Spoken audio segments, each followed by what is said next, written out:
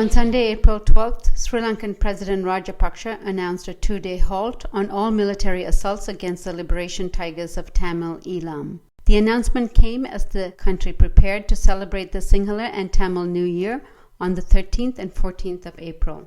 In response, the LTTE leader Prabhakaran has apparently agreed to a rescue mission by a Western country, according to the state-run Sunday Observer. In the past, LTTE has repeatedly rejected calls to allow civilians to leave the region. They are claiming that the civilians in the conflict zone do not want to leave because they accompanied the LTTE voluntarily and they are now afraid of government reprisal.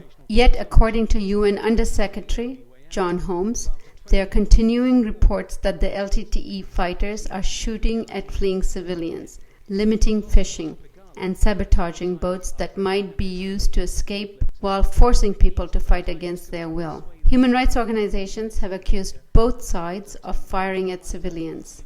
The number of civilians caught up in the government-marked 17 square kilometer no-fire zone varies from 50,000 to 100,000. The Sri Lankan military said the remaining LTTE, including its leader Prabhakaran, have taken shelter in the no-fire zone and are operating from there. The Sri Lankan military is looking for an opportunity to wipe out the LTTE. These announcements came on the heel of continued demonstrations in major Western capitals. On Saturday, an estimated 100,000 people demonstrated in London, calling for a ceasefire. This agreement seems to be, at best, no more than a pause in the fighting. The UN has called for a more lasting ceasefire. There have been many attempts by outside countries to broker a more lasting peace agreement, but none have succeeded. I'm joined by Dr. R. Cheran, who is an assistant professor at the University of Windsor in the Department of Sociology and Anthropology. Cheran is the former deputy editor of the Saturday Review, which used to come out of Jaffna in the 1980s, and he's also a founding member of the free media movement in Sri Lanka. Thank you for joining us. Thank you again. In the last segment, we were talking about the international community's lack of understanding of this conflict. And as a result, what it is proposing is unrealistic and cannot be achieved. So let's get a better understanding of what this conflict is all about and what the international community can actually do. And in order to do that, we really have to understand what the two sides want.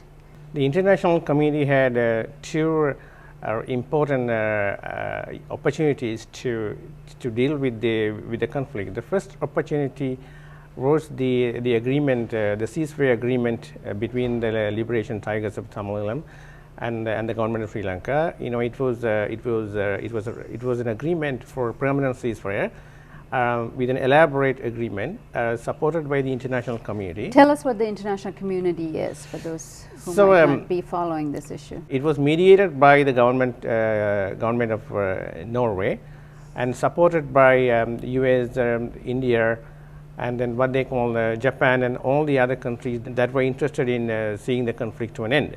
And this body was appointed by the United Nations? No, the United Nations never had any kind of direct intervention in the Sri Lankan conflict. It was actually mediated by Norway, but UN endorsed it, and most of the powerful countries in the world, they endorsed it.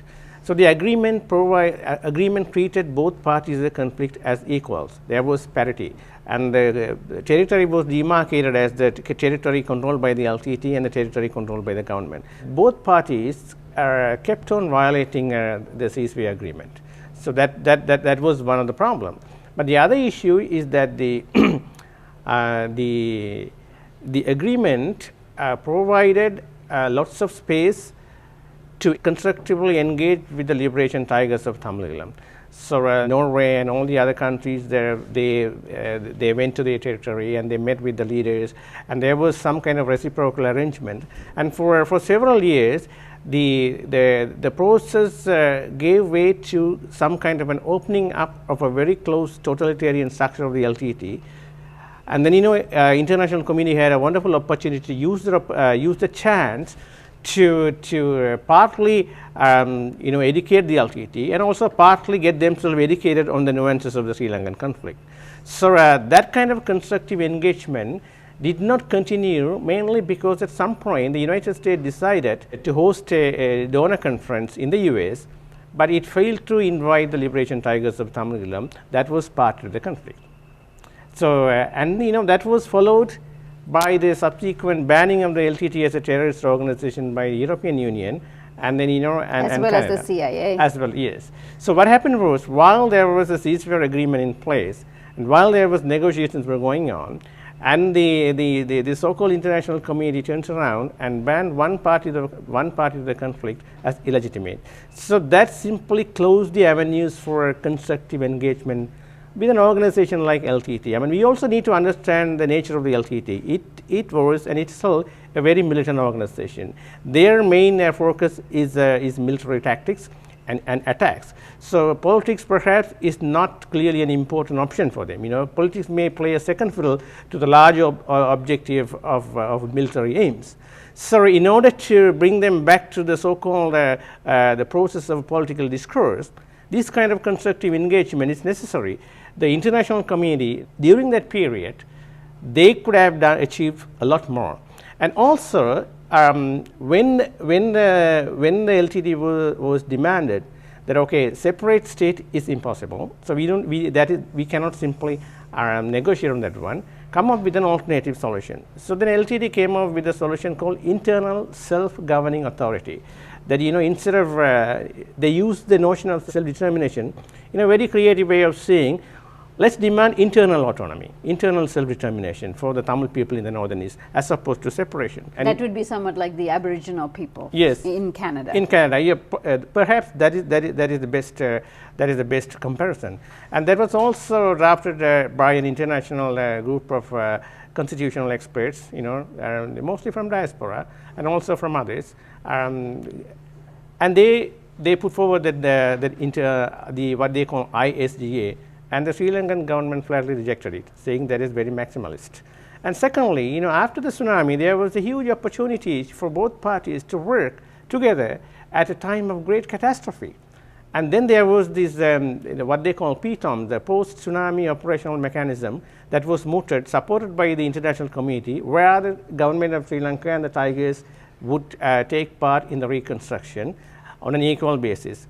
And the government of Sri Lanka did not want to implement that one, partly because the right-wing single extremist organization like JVP went to the courts, and there was tremendous opposition from the Sri Lankan government side to enter into any kind of deal. So that fell apart. So that evokes a question.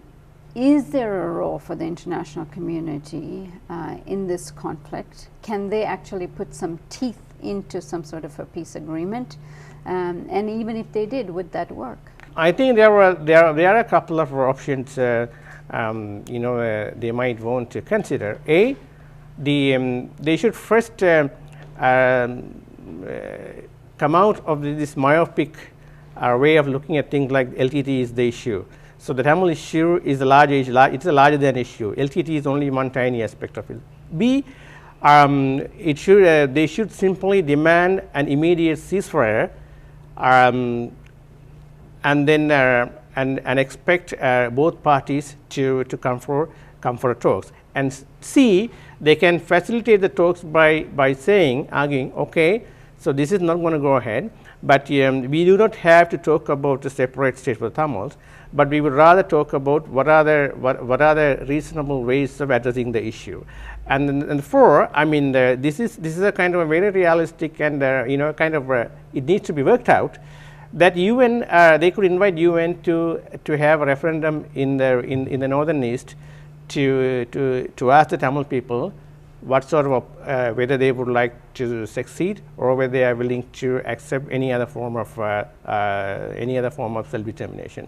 So that is a simple way of knowing what exactly the Tamil people they want. So it won't be easy, but that is the only way that international community can somehow insert themselves constructively in this scenario. Is there any other body besides the Liberation Tigers of Tamil Eelam who can be a part of these negotiations representing the Tamil people? Well, that is a very interesting question. So there is a parliamentary group, a Tamil parliamentary group called the Tamil National Alliance. They are sort of pro-LTT, even though there are a couple of members, they have their own independent views. But the Tamil nationalism, that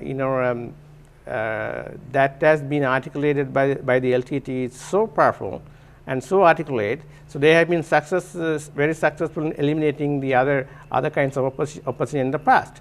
So right now, LTT is the dominant force, and there are a couple of other Tamil groups and organizations that are working with the government. So, but most importantly, in any kind of negotiations, the Muslims of Sri Lanka needs to be represented. Otherwise, this conflict cannot be addressed in a very holistic manner. So, realistically speaking, it is the LTT that has been consistently fighting for the separate state. So, it needs to be, you need to talk to your enemy, right? So you don't have to talk to your friends, because your friends are going to be part of it, right? So in realistically speaking, so any negotiations have to be had with the LTT. So Cheran, in this segment we talked about what the role of the international community could be. What are the elements that need to be taken into consideration in facilitating another peace agreement in Sri Lanka?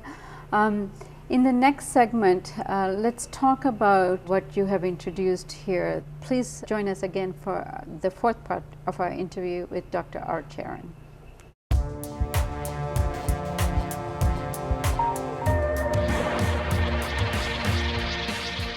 There are times when reality just asserts itself, in spite of the haze created by television news and entertainment. Sometimes crisis rips a tear in the fabric of myth and propaganda. Now a profound economic crisis has ripped asunder the American dream itself. Millions of people losing jobs and homes. They lack proper health care and any real sense of security. Since 2001, workers' wages have fallen or remained stagnant, even though worker productivity has risen almost 33%. By 2006, the top 1% of households were receiving 23% of all pre-tax income, more than double what it was in the 1970s. It's the greatest concentration of income since 1928. As unemployment rises, we need to know why this crisis is happening and what we can do to defend ourselves. Why are wages so low? Why is the society so laden with debt? Is it in ordinary Americans' interest to have $1 trillion military budget to project power across the globe? Corporate television news won't ask these questions, let alone try to find answers. Only a truly independent news network can tackle these questions with courage and with ordinary people's interests in mind. We need a news network that's independent of corporations, governments, and political parties. We need the real news. But there won't be a real news network unless we raise substantial funds right away. The current financial crisis has hit our funding hard. Together, we do have the power to turn it around. There are already hundreds of thousands of people watching the real news every month.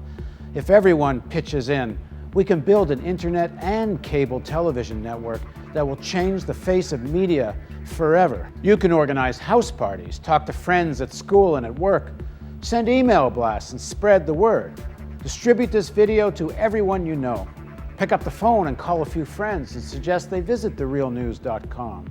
Invest just 10 minutes a day to ask friends and colleagues to join the campaign to create a truly independent source of internet and television news. Together, we can build this network. Just 50,000 people at $10 a month gets us to our first level of sustainability.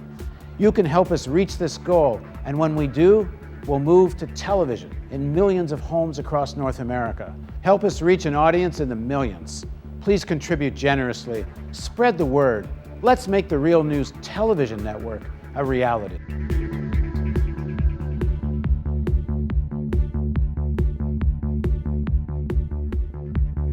Your tax-deductible donation makes it possible. Please contribute at therealnews.com.